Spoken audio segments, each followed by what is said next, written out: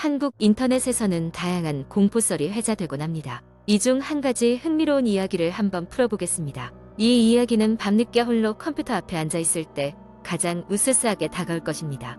다가오는 이야기는 지하철역에서 시작됩니다. 몇 년 전, 대학생 시절 나는 서울의 외곽에 위치한 자취방에서 늦은 밤까지 과제를 마치고 지하철을 타고 집으로 향하던 길이었다.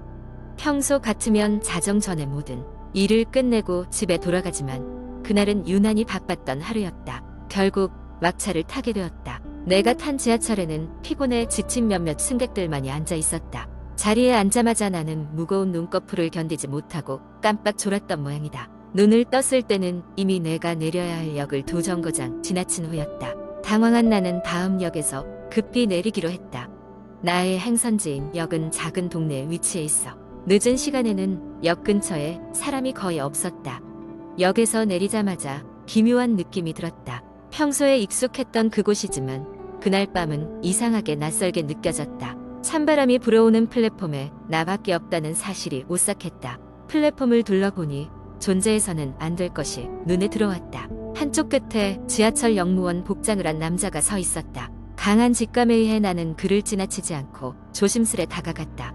이 시간까지 계세요? 하고 물었다. 그는 대답 대신 기이한 미소를 지어 보였다. 그 미소는 그저 웃고 있는 얼굴이 아니라 무언가 감추어진 의도를 가진 듯한 느낌이 들었다.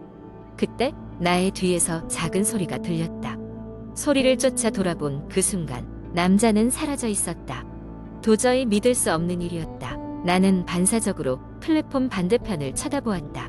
사라진 남자는 이제 또 다른 위치에 서 있었다. 마치 내가 그에게 다가갔을 때랑 동일한 자세로 말이다. 당황스러운 마음에 서둘러 계단을 올라 출구로 나아갔다. 역을 빠져나올 때까지도 그 남자의 미소가 떠오르지 않아 뒷덜미로 오싹함이 전해져 왔다.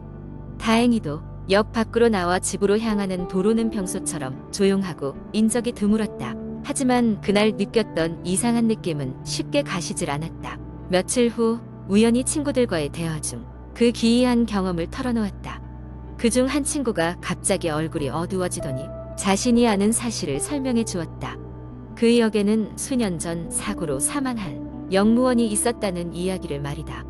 당시 실수로 플랫폼에 대기 중이던 열차에 치여 운명을 달리했다는 것이다. 이후로 그 역에 밤늦게 도착하는 사람들 사이에서 그의 모습을 보았다는 목격담이 간간히 전해졌다고 했다. 이 이야기를 들은 후로는 늦은 밤에는 절대 그 역에 남지 않기로 다짐했다. 그것이 단지 도시 전설이든 아니면 무언가 알 수 없는 존재의 짓궂은 장난이든 간에 말이다. 지금도 그날 밤에 숨 막히던 순간들은 종종 나의 기억 속에서 생생하게 되살아난다. 그리고 그 남자의 미소가 머릿속을 스칠 때마다 나는 가슴이 철렁한다. 결국 그날의 체험은 나에게 2가지 교훈을 안겨주었다. 첫째는 넘기기 쉬운 막차를 놓치지 말자는 것. 그리고 둘째는 어둠 속 기묘한 존재들과는 너무 깊게 엮이지 말자는 것이다. 공포는 항상 우리의 뒤에 자리 잡고 있으니 언제나 조심하도록 하자. 2번째 이야기. 대학교 2학년 여름방학. 나는 친구들과 함께 자그마한 여행을 가기로 했다. 우리는 평소 도시에서 벗어나 한적한 곳에서 시간을 보내고 싶어 했기에 해발이 제법 높고 인적이 드문 산골 마을로 향하기로 했다. 도착한 마을은 아주 작은 곳이었고 우리가 묵을 숙소는 오래된 산장이었다. 마을 사람들의 이야기에 따르면 이곳에는 인근 산속 어딘가에 폐가가 하나 있다고 했다. 당연히 호기심 가득한 우리는 그 집에 한번 가보기로 했다. 다음 날 아침 우리는 배낭을 챙기고 폐가를 찾아 나섰다. 마을 사람들은 그 집에 대한 얘기를 꺼리는 눈치였지만 젊은 혈기에 넘치는 우리에겐 오히려 그런 이야기가 더 큰 자극이 되었다. 산길을 따라 2시간 정도 걸었을까 나무 사이로 겹겹이 덮인 지붕 하나가 눈에 들어왔다. 가까이 다가가 보니 그곳에는 정말로 오랜 시간 버려진 듯한 폐가가 있었다. 문은 반쯤 부서졌고 창문은 대부분 깨져 있었다. 우리는 약간의 두려움과 함께 흥분 속에 그 집으로 들어갔다. 집안은 어두웠고 먼지와 거미줄로 가득했다. 각종 가구들은 썩어가고 있었으며 벽에는 정체 모를 얼룩들이 있었다. 친구 중 하나가야 여기서 하루 밤을 보내면 어떨까? 진짜 재밌을 것 같은데? 라고 제안했다. 우리는 망설이면서도 결국 그 제안을 수락하기로 했다. 밤에는 더 으스스한 분위기를 즐길 수 있을 거라는 생각 때문이었다. 해가 저물 무렵 우리는 집안에 캠프파이어를 위해 작은 모닥불을 피우고 담요를 깔았다. 시간이 흐르며 주변은 정막 속으로 빠져들었다. 멀리서 들려오는 부엉이와 숲속의 바람소리가 우리에게 섬뜩한 긴장감을 안겨주었다.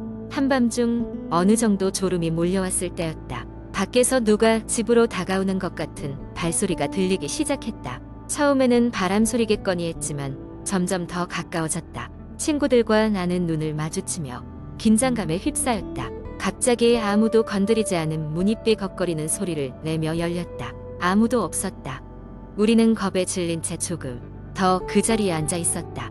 그런데 갑자기 등 뒤에서 찬바람이 느껴졌고 낮은 목소리가 들려왔다. 여기서 뭐 하고 있는 거니? 라는 질문이었다. 놀라서 돌아본 우리 앞에는 허연 얼굴의 한 여자가 서 있었다. 하지만 그녀는 뭔가 달랐다. 반투명한 모습에 그 눈은 우리를 보고 있는 것 같지 않았다. 우리는 얼어붙은 채 아무 말도 할 수 없었다. 공포에 질려 우리는 자리에서 벌떡 일어나 짐도 챙기지 못한 채 그 집을 뛰쳐나왔다. 계속해서 뛰고 또 뛰었다. 뒤에서 우리를 부르는 소리가 들렸지만 멈추지 않고 산길을 따라 달았다. 한참을 달려 드디어 마을에 도착했을 때 우리는 숨을 헐떡이며 겨우 서 있었다. 다음 날 아침 우리는 마을 사람들에게 어젯밤의 일을 물어보았다. 마을의 한 할머니는 오래전에 그 집에서 불행한 사고로 생을 마감한 소녀의 이야기를 들려주셨다. 그녀는 자신의 이야기를 들어줄 누군가를 찾고 있었던 것일지도 모른다고. 그날 이후로 우리는 다시는 그 집을 찾지 않았다. 그리고 무언가 알 수 없는 힘이 어떻게 우리를 압도할 수 있는지를 뼈저리게 깨달았다. 그 경험은 우리에게 평생 지워지지 않을 깊은 각인으로 남았다. 세 번째 이야기. 한국 인터넷 커뮤니티에는 수많은 공포 썰들이 공유되고 있습니다. 그중 하나를 길게 작성해 보겠습니다. 영화나 소설과는 달리 인터넷에서 공유되는 이야기는 때로는 현실과 허구의 경계가 모호하여 더욱 등골을 오싹하게 만들곤 합니다. 다음은 한국의 한 외딴 산골 마을에서 일어난 공포스러운 이야기입니다. 여름 방학을 맞아 나는 몇 년 만에 외할머니 댁을 방문했다. 할머니 댁은 도시에서 멀리 떨어진 산골 마을에 위치해 있었고 나는 어릴 적부터 그곳에 가는 것을 항상 고대하곤 했다. 하지만 그 마을에 도착했을 때 어딘가 모르게 분위기가 예전과 달라져 있었다. 마을 입구에 들어서자마자 느낌이 이상했다.